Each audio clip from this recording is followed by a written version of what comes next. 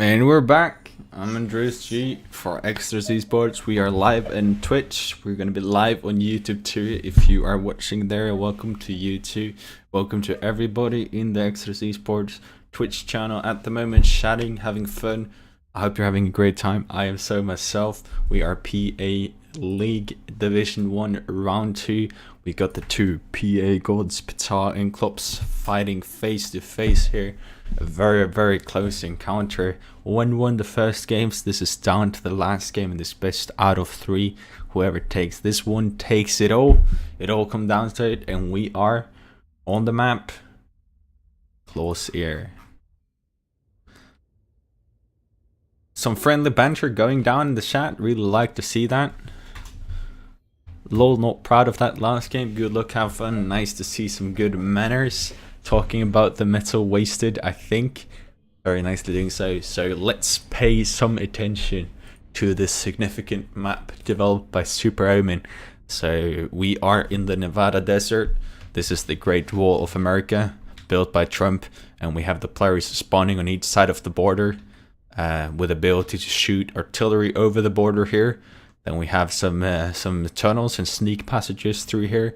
Then we have the big great backside, the Nevada desert, where Trump just didn't have the fund to put up a fence or a wall. So this is free for the players to walk through. And then of course we have the Black Sea. No, Black Sea, really? That's not there. Holy crap, the Pacific Sea. That is terrible, excuse me. Showing my massive skills in terms of geography here. Black Sea being in Europe, being in like Asia and like Russia. Crim in the Crim parts, yeah? Or am I getting that mistaken too?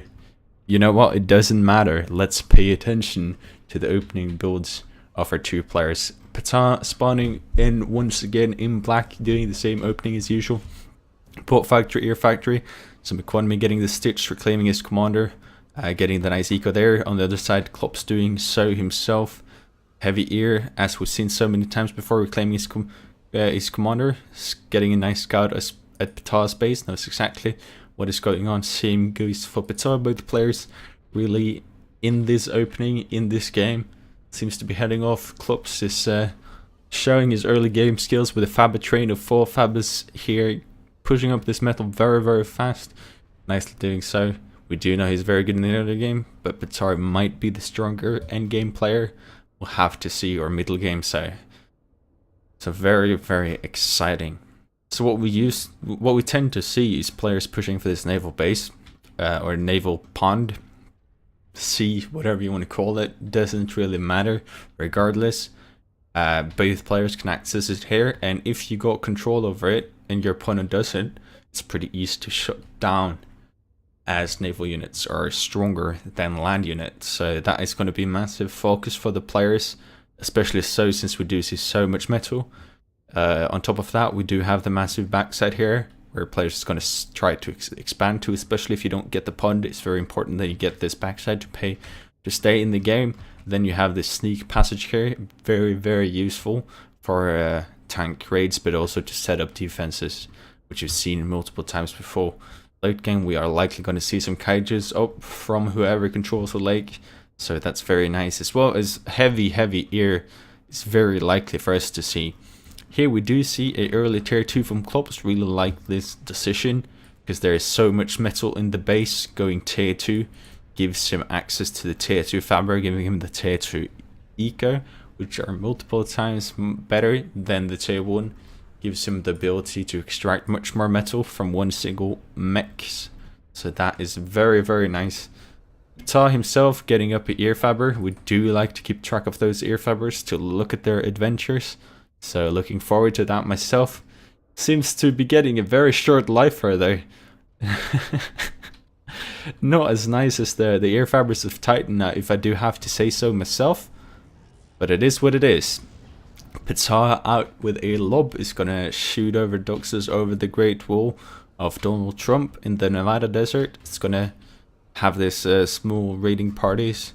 It's gonna raid the mexes over here, really nicely done so. I would like to see him push down to take this mexes, but likely didn't see it.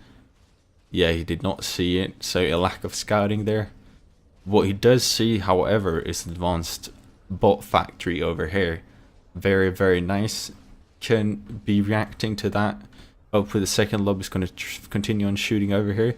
Not a ton out from Klops to respond to all these lobs. However, the Dox is not the strongest unit, so one of these single laser turrets might be enough. Oh, Petar finally seeing this expansion, so I managed just to take it down before the laser turret goes out. So, oh, Petar though, massively ahead in terms of eco. I did not realize that, but Klops is just way behind. If it wasn't for the fact that Petar is massively wasting, this game could be closing in before it has even started. However, we have not taken into account the fact that the tier 2 factory is soon up for Klops. Can make his eco straight again. However, it is going to crash it even further, as that tier 2 factory consumes 60 metal every second, which is the entirety of Klops' fortune at this moment. To me, it seems like Klops is majorly screwing this one up. Just all the metal he has in this space. On the other side, Petar has managed to expand to the furthest reaches of his close base here, nicely doing so. Klops finally raiding some of that expansion, but himself is losing more and more mexes and do really.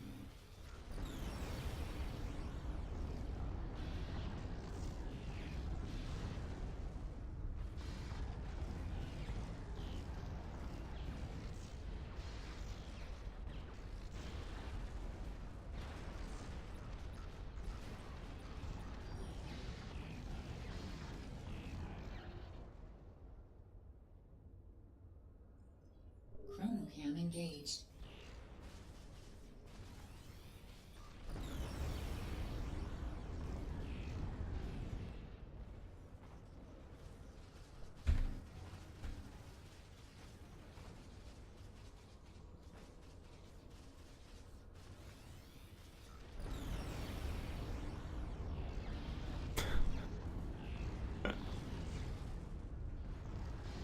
I'm out of words.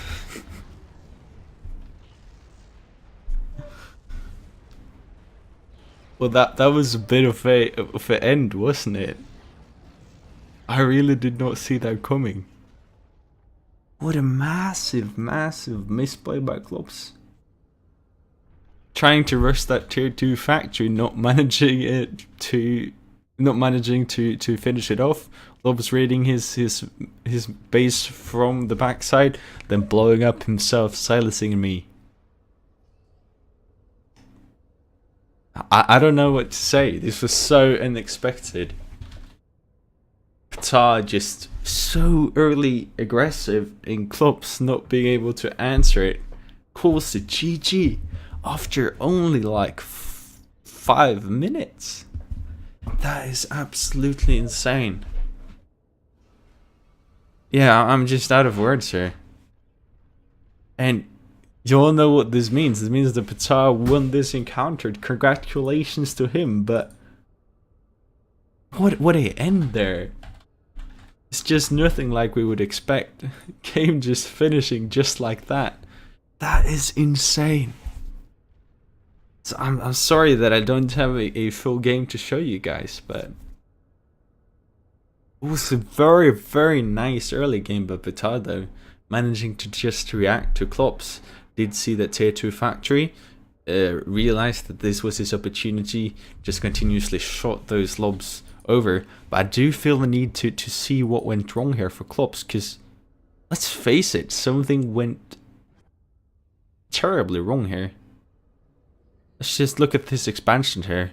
All his fabrics going for that tier 2 factory, nothing going up to grab this one, 2 going out to grab this one, those being shut down, nothing going out here, nothing going out here, nothing going out here. It's just a lack of expansions.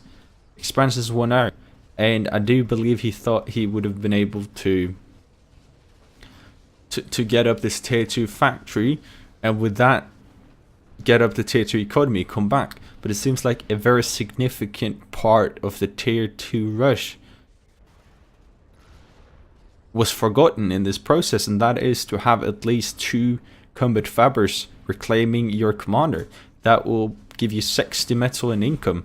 What he did with his commander was to repair units with metal he didn't have. There just seems to be a lack of coordination. between his strategy and his way of doing it, his practical play here. As this one, first of all, you have to reclaim this commander if you're not going to expand a lot. Like this build, you can do it. You can just, rush up advanced bot factory without going all this fabric and without going any mexes whatsoever. But it's all built around this stitch here.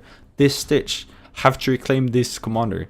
Otherwise, this strategy is pretty trash. As we did see here ourselves at this stage here, where he's wasting, where he's crashing 60 mechs every second. This one is repairing a unit instead of reclaiming the com. If you had 2 stitches reclaiming the com, that economy would look like 120, and this factory here would go up. And with that tier 2 eco, with that he would have possibly been in the game still. That was very, very unlucky for clubs. I'm not even going to say unlucky. It was just bad coordination by clubs. Really should have had that in place, but it is what it is. Bad stuff can happen to good players, and with that, I am gonna say thank you for the games. Thank you all for watching.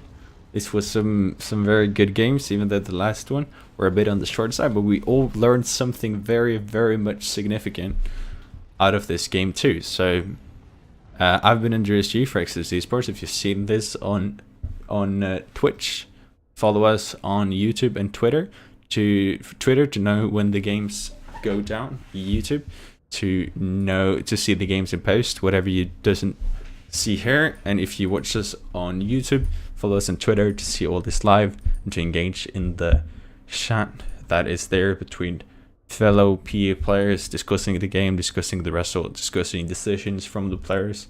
It's very interesting. What's also significant is that I've dragged this video out so much that the countdown there doesn't say 4 minutes, because that would spoil the entirety of this game. But even so, I'm signing off. Thank you guys.